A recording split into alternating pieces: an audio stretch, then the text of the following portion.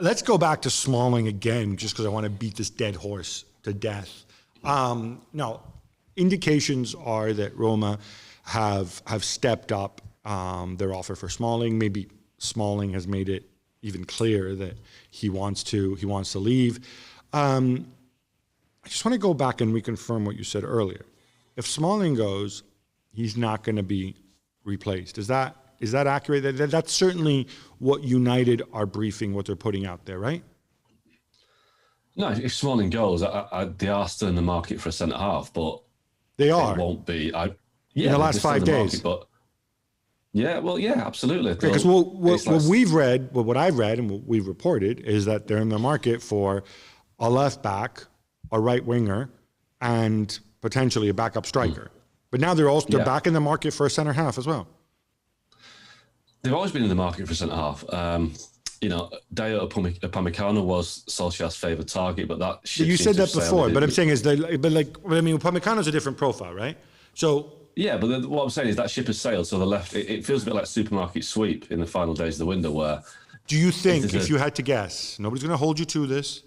Do you think if Smalling leaves, he feels like he needs to bring in even a short-term replacement to have an extra body in there? Or is he really going to go ahead with, a backup crew that contains the gentleman that I mentioned before, Bai, Twanzebe, Fosu Mensah, Rojo, and Phil freaking Jones? Solskjaer will want to bring somebody in. Whether he does is a different matter. And, they can't keep making short-term moves. They made a short-term move in January to sign N'golo when they needed a striker. They can't. And they finished top 4 as a result, so that obviously worked. Yeah, but you can't keep making short-term measures. Your Man United, this has been the longest summer window ever. It's been about 6 months longer. They still get all right. Enough of your negativity. Get United fans excited. What about this kid? I've seen the name Mengi. He's 18 years old. Is he any good? Yeah, Mengi's come to the ranks. He's got real pace. They really think he's got a chance. But let's be honest, they had the same idea with Twanzebe, who's also a kid that's come to the ranks. And you can't keep basing your prospects on young players coming through the ranks. No matter how good they are, you need some experience in there as well, some quality experience.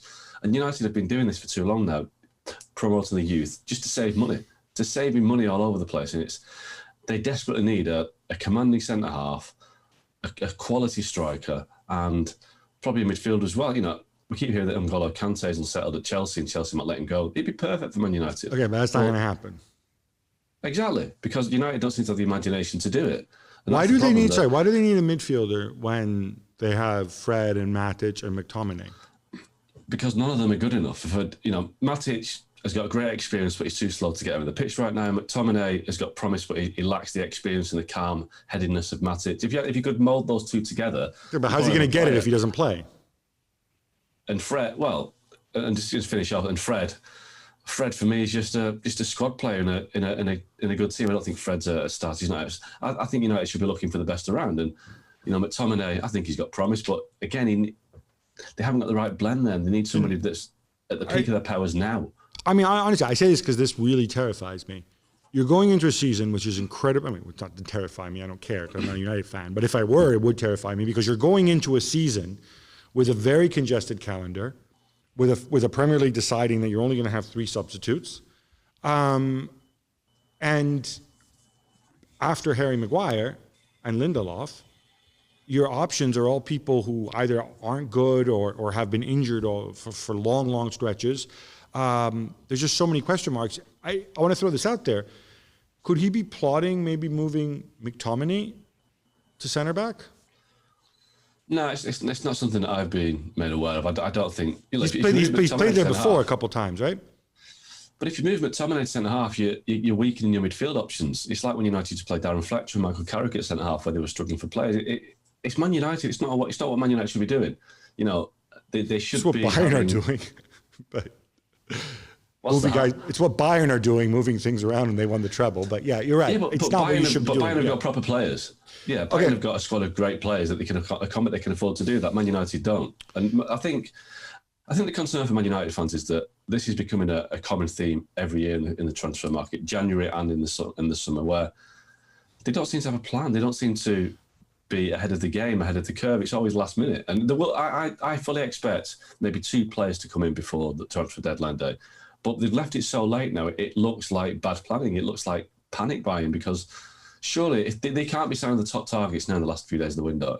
If that's the case, they've had a terrible window, because if the top targets are out there, they should have signed them ages ago, and they should have been Man United. Now, Ole Gunnar Solskjaer said 2-3 months ago that this was a chance for United to exploit the window and exploit the situation. They're a big, wealthy club. Yes, they're making losses like everybody else is, but Solskjaer expected United to make moves this summer, and they haven't. They signed Donny van de Beek from Ajax. And with all due respect to Ajax are a club that will always sell players because that's their model. United should be signing more players than Donny van de Beek. Midfield, Andy Pereira has gone to Lazio on loan. You gonna miss him? I wouldn't have thought so. I think Andres Pereira has been 2 years past his sell-by date at Man United, and there are several others like that as well. All right, what about the striker situation? Because, again, I said this at the start of last year, Ighalo's leaving in January. I mean, I suppose they could extend his loan, maybe. Who knows what the world's going to look like then. But do you think it's important for them to have another option up front?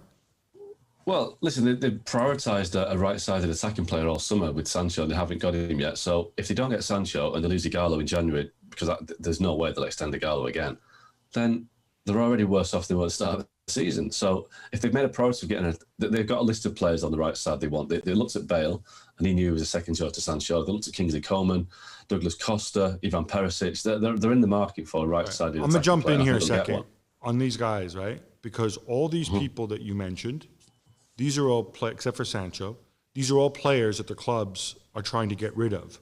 So when we hear that they looked at these guys, these are all players where no doubt agents said, "Oh, look," and Coleman too, I guess. But Coleman, is at Bayern, he's going to be expensive. These all look like agents trying to make deals and offering them to United.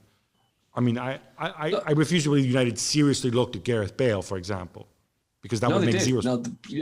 No, Gareth Bale was on the list, but it was made clear to Bale that Sancho is our priority. If we can't get Sancho, you will be high on our list. And I was told that Bale was attracted by the prospect of playing for Man United. He actually fancied the move, but because he had an offer from Tottenham on the table, he felt that I don't want to risk losing the Tottenham move by waiting 2 weeks for a deal that might never happen with Man United. But yes, he was a player that United looked at. That's been confirmed from both ends to me that Bale was on their list. I've got to say, with Bale, he's surrounded by so many Pinocchios that I've got no idea what to think. But Perisic is somebody who they can get, they wanted before, who is available.